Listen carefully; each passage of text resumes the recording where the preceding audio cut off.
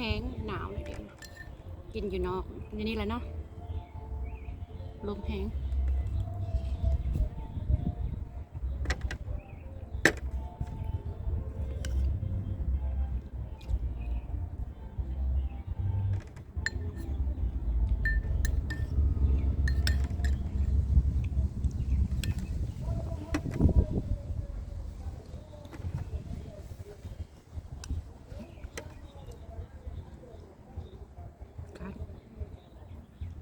แข็งด้วยเดียวกันมันนะ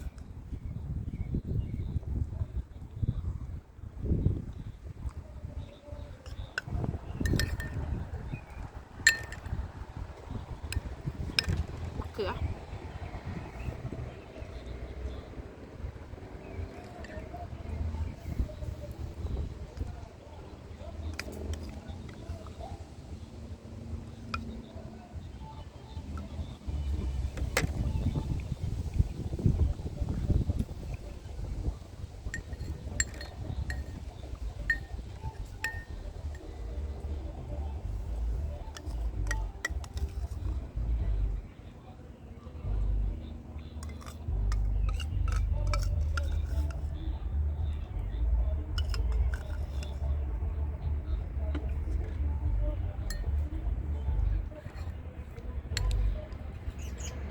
กินอีกคำหนึ่งเนาะ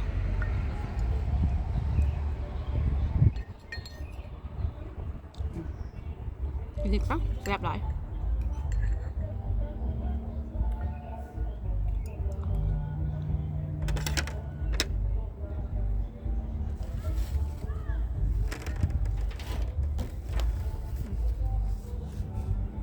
น้ำขวดใหญ่อะ